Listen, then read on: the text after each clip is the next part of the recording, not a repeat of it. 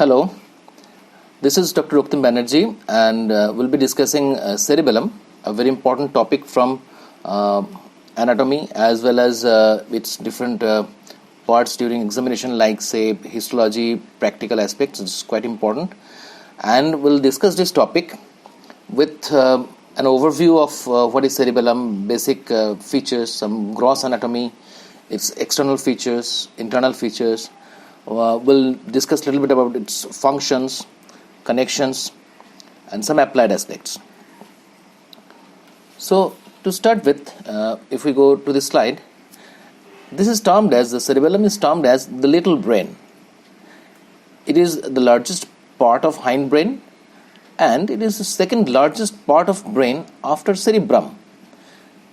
It is located in the posterior cranial fossa, and it is roofed by the dural fold and separated by the cerebrum by tentorium cerebelli. This portion of the brain, that is cerebellum, is connected with rest of the brain and the brainstem, spinal cord by different cerebellar peduncles, namely superior, middle and inferior cerebellar peduncles. About shape, it is roughly ovoid, transverse diameter is largest, its weight is 150 gram, and unfolded surface area is only half of the cerebrum. Now, one very important point is the histological appearance, the orientation of resident cells. It is highly stereotyped in comparison to or in contrast to cerebrum, where in different areas, like say in sensory areas or motor areas, the orientation and presence of different resident cells is different. Like say in sensory area it is different, in motor areas it is different, but in cerebellum it is highly stereotyped, it is homotypical in its orientation. Now if you see this MRI section, we can see the cerebellum, which is related to the brainstem, that is superiorly midbrain, then pons, the medulla, then just behind the brainstem and in between the cerebellum we can find the fourth ventricle. The cerebellum is separated by the cerebrum superiorly by the dural fold, tentorium cerebelli, and like previous classes we can see the sections of corpus callosum, etc. Now, if we go to the gross anatomy, then we must appreciate its parts, we must know its parts. Now the parts are, the cerebellum has got a median vermis, a worm-like structure, vermis, and its extension laterally with paramedian cerebellar hemispheres. I repeat, it has got a median worm-like folded structure, vermis, and its extension laterally different parts of cerebellum, which are cerebellar hemispheres. Surface, it has got two surfaces, superior surface and inferior surface. The superior and inferior surface is demarcated by a horizontal fissure. We'll discuss later. Now, in the inferior surface, the two hemispheres, two cerebellar hemispheres, are separated by a deep median notch, which is known as vallecula. The floor of the vallecula is formed by inferior vermis, and on two sides it is limited by a sulcus termed as sulcus valleculi. Sulcus valleculi. Vermis. It has two parts, superior and inferior. It is a worm-like structure. It is folded upon itself, and it has got a superior and inferior part. The superior vermis is almost continuous with the hemispheres, but the inferior vermis is separable. It's well delineated and is demarcated by the deep notch vallecula. Notches. It has got an anterior notch accommodating pons, medulla, and one posterior deep notch which is lodging the dural fold termed as falx cerebelli. In the cerebellum there is a notch posteriorly, and that accommodates the falx cerebelli. The falx cerebelli is bordering and closely related with a venous sinus which is known as straight sinus. Fissures. Regular parallel fissures allow to accommodate the extensive surface area in small space. That is the unique feature of cerebellum, because the thin leaf-like arrangement of cortex which is extensive and which is accommodating a huge surface area of cerebellar cortex in a very small space. They divide the vermis and hemispheres in parallel parts. Portion of hemispheres outpouched between these two fissures is called folia. It's thin leaf-like structures, so this is termed as folia. Fissures, primary fissure, which is a very important fissure that demarcates the anterior lobe with the posterior lobe, and another fissure which is very important, which is posterolateral fissure, which is demarcating the flocculonodular lobe with the posterior lobe. Now, these two fissures broadly separating the lobes of the cerebellum. Primary fissure, the cerebellum above the primary fissure or fissura prima is the anterior lobe. The cerebellum, which is separated by posterolateral fissure, inferiorly is flocculonodular lobe, and the cerebellum placed in between the primary fissure and the posterolateral fissure is the posterior lobe, or often termed as the middle lobe. Now, horizontal fissure is a separate fissure which is almost coincidentally demarcates the superior and inferior surface. It is almost in the middle. Now, if we go to the subdivisions of vermis and hemisphere, it's not very important to memorize all these subdivisions, but it is quite good if anyone can memorize this thing. Now, the important part is lingula doesn't have a lateral extension, though there are descriptions of wing of lingula as the cerebellar hemisphere, but lingula is termed as having a portion of vermis which is having no cerebellar hemispheric extension.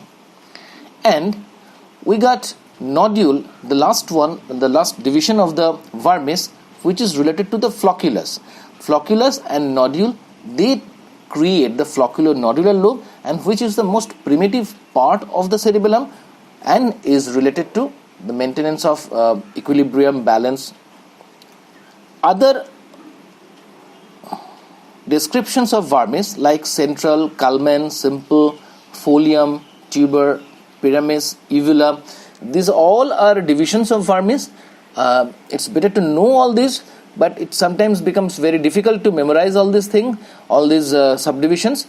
But important part is flocculonodular lobe, lingula, and uvula and its cerebellar extensions like tonsil. Cerebellar tonsil is quite important, so we have to know which portion is tonsil, and it is its relation with its herniation as a clinical presentation. Now, the vermis containing lingula, central, and culmen is separated from others by primary fissure. So, the lingula, central, and culmen part of vermis is separated from other part of the cerebellar hemisphere and vermis by primary fissure. Nodule and flocculus is separated by uvula and tonsil by posterolateral fissure. So the portion formed by lingula, central, and culmen and its cerebellar extensions as cerebellar hemispheres, they form the anterior lobe.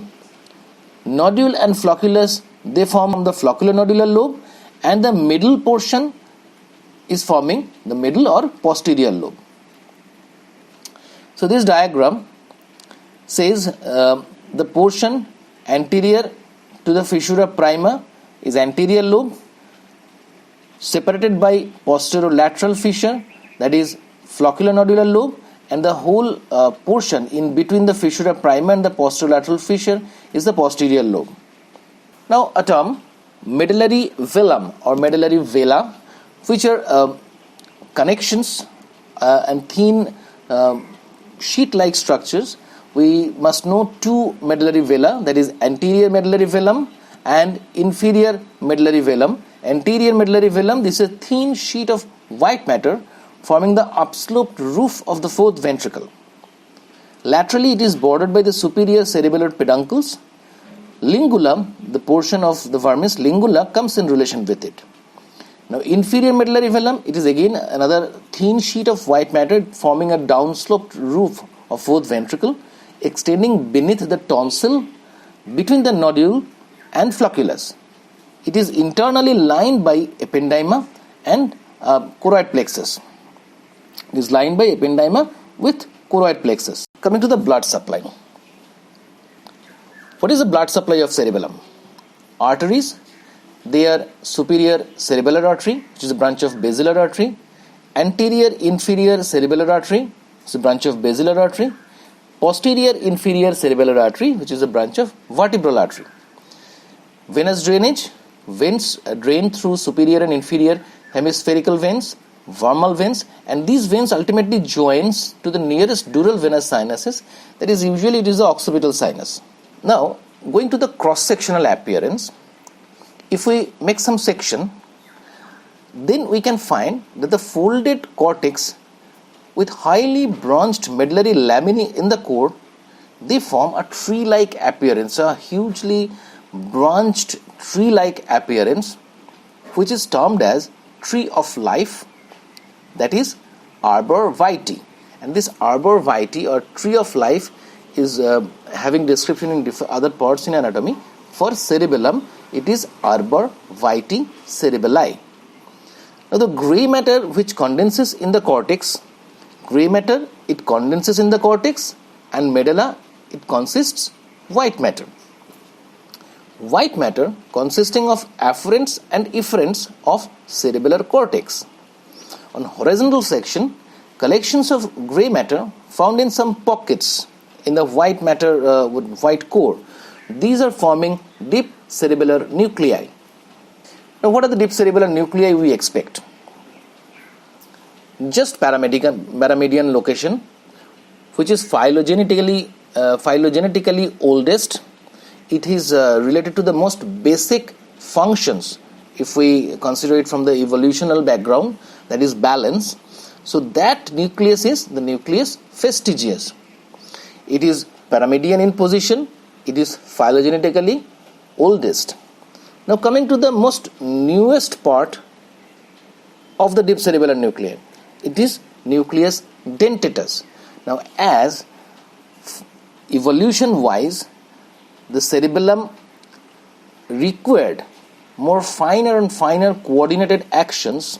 So neocerebellar portion is large, and as neocerebellar portion is large, that cerebellar functions, connections, when it is connected with deep cerebellar nuclei, it is bit large in shape. So nucleus dentatus, it is fairly large, it is marginal. It resembles an half-open pars with a hilum facing medially. And it is phylogenetically newest. So that means it is related with finer adjustments and finer coordinated movements. So that's why it is connected chiefly with cerebrum. Now comes other group of nuclei, which is placed in between nucleus fastigius and nucleus dentatus, that is nucleus interpositus.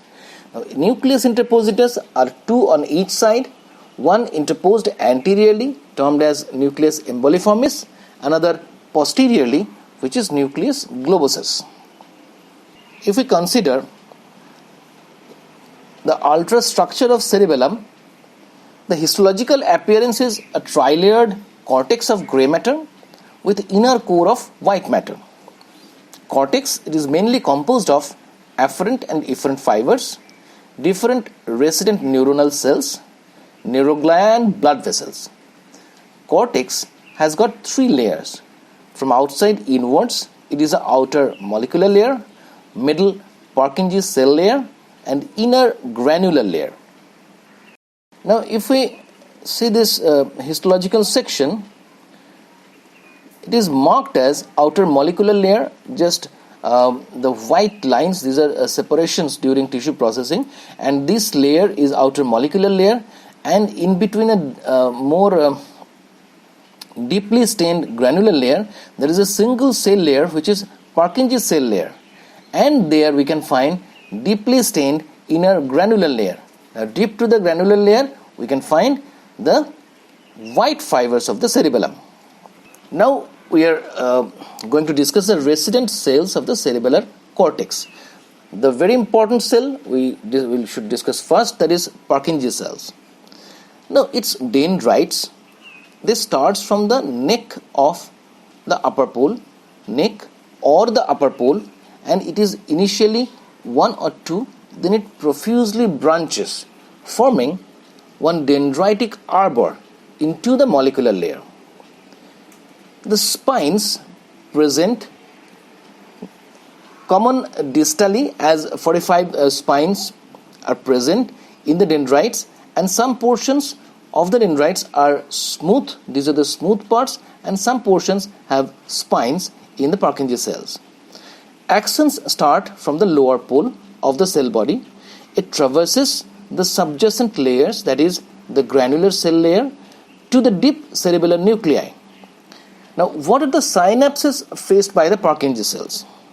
Now, with stellate cell axons in the molecular layer, they synapse at the spiny parts of the dendrite. And with basket cell axons, they are surrounding the proximal part of the axon. Now, the discharge is usually GABAergic discharge, and they produce inhibitory responses. This GABAergic discharge leads to inhibitory responses from the Purkinje cells. Next resident cell of importance is granule cell. Granule cell, there are multiple number of granule cells present, and they eventually form a separate layer over the name of granule cells, that is granular cell layer or granular layer.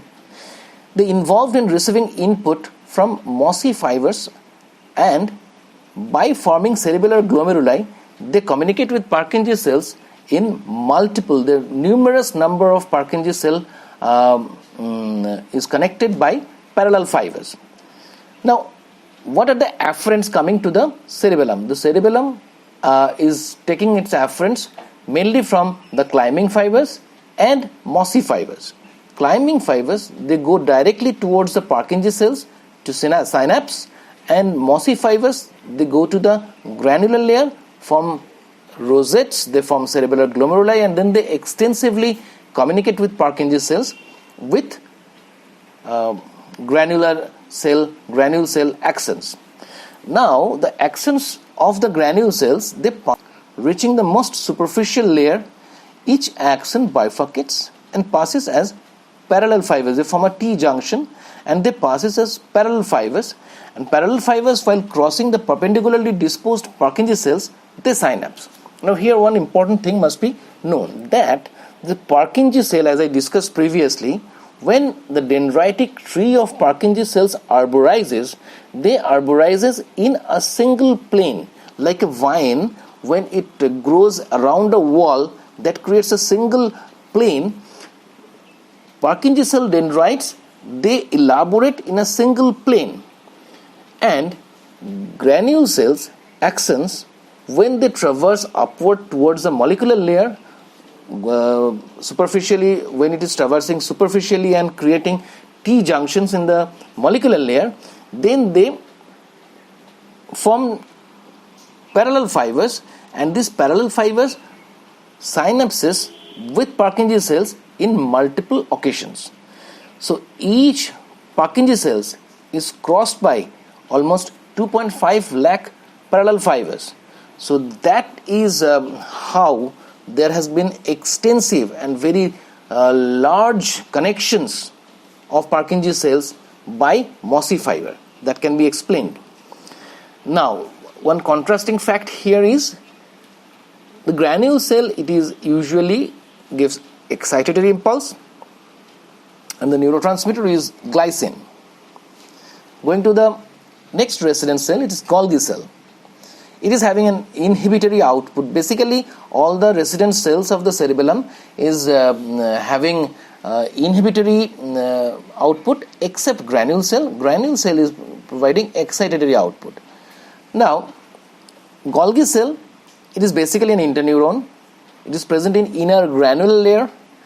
Dendrites arborize in the outer layer to receive input from Purkinje fibers.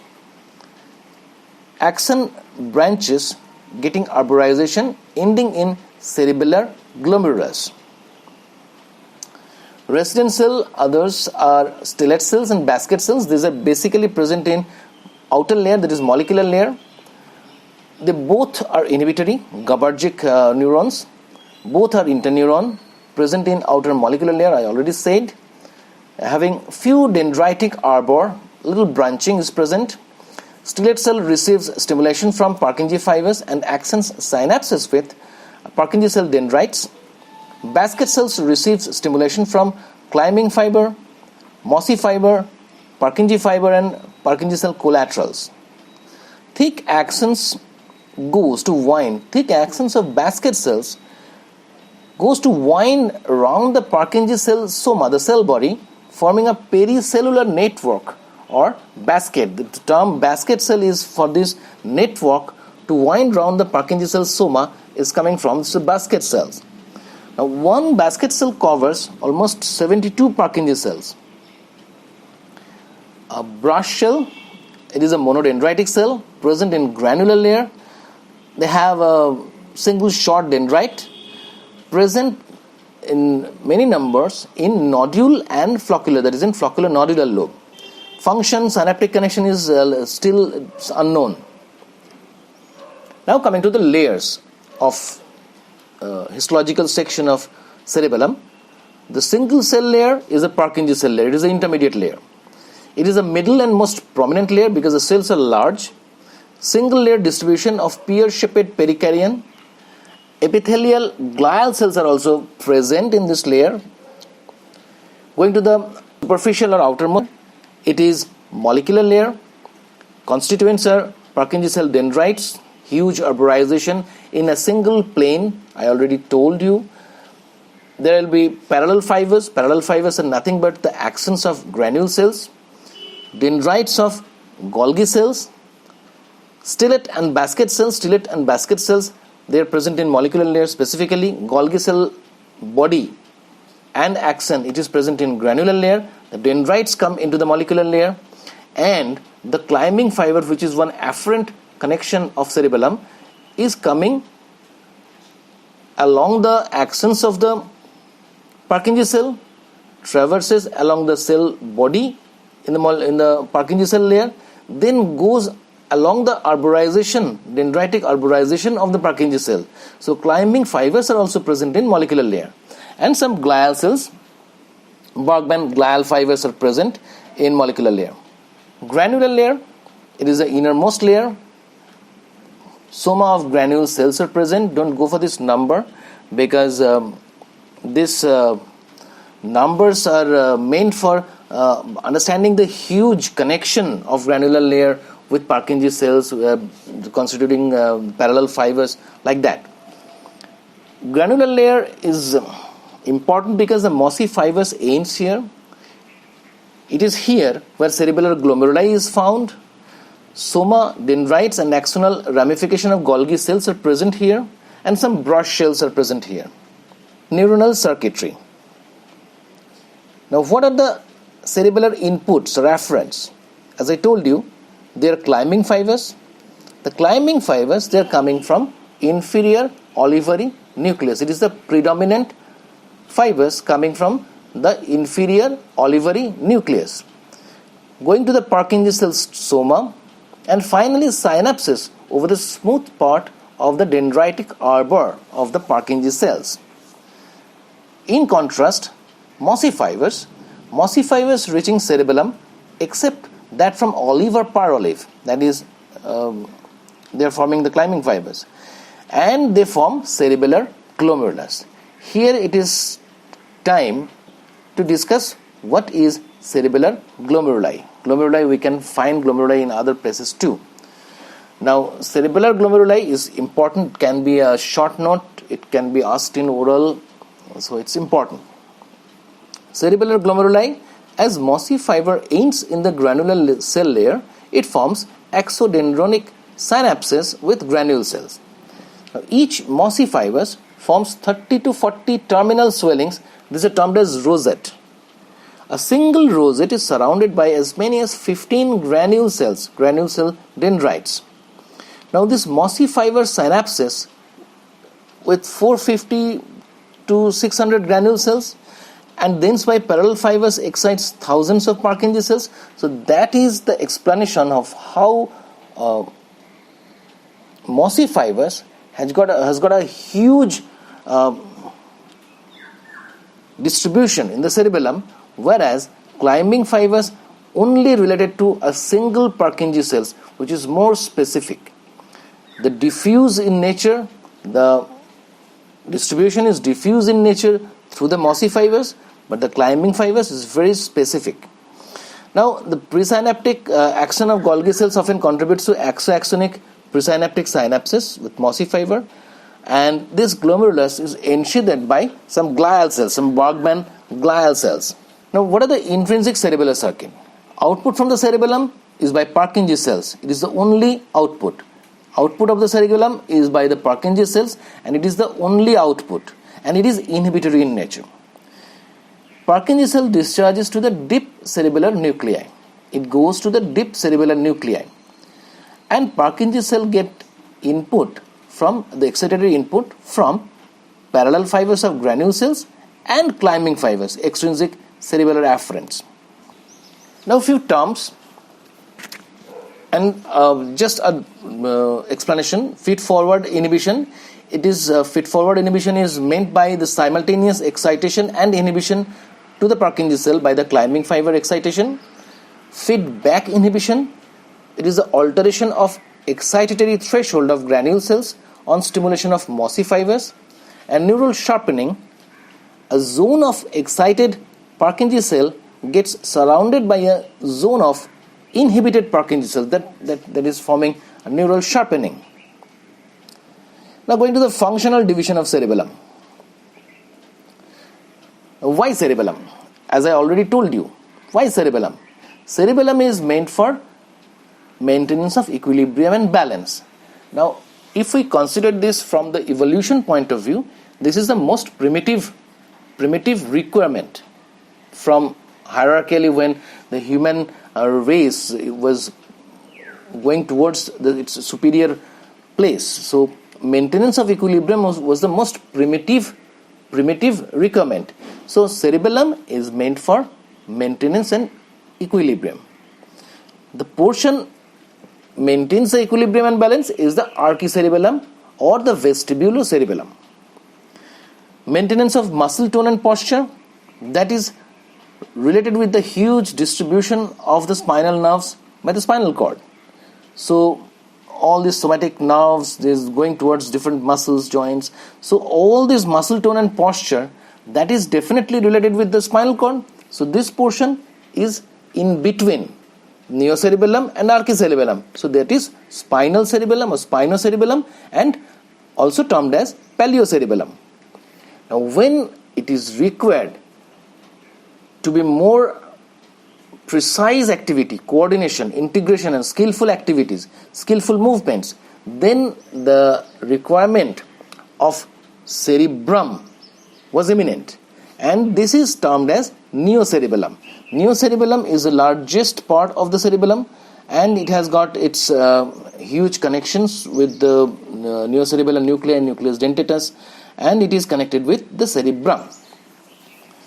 So what are the connections of cerebellum? It is by three peduncles: superior peduncle with midbrain and above, middle peduncle with pons, inferior cerebellar peduncle with medulla and below. Inferior cerebellar peduncle, it's not necessary to memorize all these things, but important thing is efferents of inferior cerebellar peduncle is cerebellovestibular and cerebelloreticular, going to the vestibular apparatus and this vestibular nucleus, vestibular connection and the reticular formation, that is balance. Now, afferents of middle cerebellar peduncle is from pons, as it is directly related to the pons. It is the pontocerebellar tract. Middle cerebellar peduncle doesn't have any efferent. So efferent of middle cerebellar peduncle is nil. Superior cerebellar peduncle, afferents are ventral spinocerebellar tract and tectocerebellar tract. Efferents are quite important. They are going towards the thalamus, they're going towards the red nucleus, so the fibers are dendrothalamic fibers, dendrito-rubrothalamic fibers, likewise. So that is related to the finer adjustments, finer thalamic control with the cerebellum. So superior cerebellar peduncle efferents are important. You have to remember it is dendrothalamic fibers and dendrito-rubrothalamic fibers. Extrinsic cerebellar circuit. What are the extrinsic cerebellar circuits? It is definitely related to three functions. What are the functions mainly? Balance, muscle tone, and finer skillful activities. So, balance, vestibulocerebellar circuit, it is one extrinsic cerebellar circuit. Muscle tone, to maintain muscle tone posture, it is spinocerebellar circuit. And finer adjustments, skillful movement, repetitive movements, these are related with cerebrocerebellar circuit. So this was more or less all about the cerebellum. So the take-home message for the cerebellum, that we should know about its position, its location, where it is present, its shape, its neuronal connections, its neuron, its stereotyped homotypical appearance in histology, in contrast to cerebrum, which is not homotypical, rather it is heterotypical, its blood supply, circuitry, internal neuronal connections. Cerebellar disorders are, again, according to function, it can be related to the most primitive part, it's related to balance. So the archicerebellum, the compromised balance can lead to truncal ataxia, staggering gait, nystagmus. Spinocerebellum, if the portion of spinocerebellum is involved, so there can be disturbed tendon reflexes, there can be ataxia. If neocerebellum is involved, that means the finer adjustments, more skillful and coordinated actions are disturbed. Then it can be dysmetria, like say past pointing. If a coordinated movement is there, there should be in coordination. There would be intention tremor, dysdiadochokinesis, alternate movements like say pronation, supination. All these alternate movements will be disturbed, uncontrolled. Dysarthria or scanning speech will be there, articulation problem will be there, speech will be maybe a little bit incoherent. This scanning pattern of speech will be present in cerebellar disorders. So overall, these are the patterns. Some signs, say Rombach sign is important. Rombach sign can be a short note. Cerebellar disorders can be short note or part of long question. So one have to prepare all these cerebellar disorders in very important with its importance, and you prepare this topic for your theory purposes, for practical and as well as histology slides. In histology, you have to identify right identification points. If one gets a special slide, then you have to draw the diagram, label diagram, and know all these background, all these patterns of cerebellar neurons, its connections, its inhibitory and excitatory nature, all these things, so that you can answer the examiner. So that is more or less all regarding the cerebellum. Thank you. Thank you. আমার হাত বান্ধিবি, পা বান্ধিবি, মন বান্ধিবি কেমনে, আমার চোখ বান্ধিবি, মুখ বান্ধিবি, পরাণ বান্ধিবি কেমনে,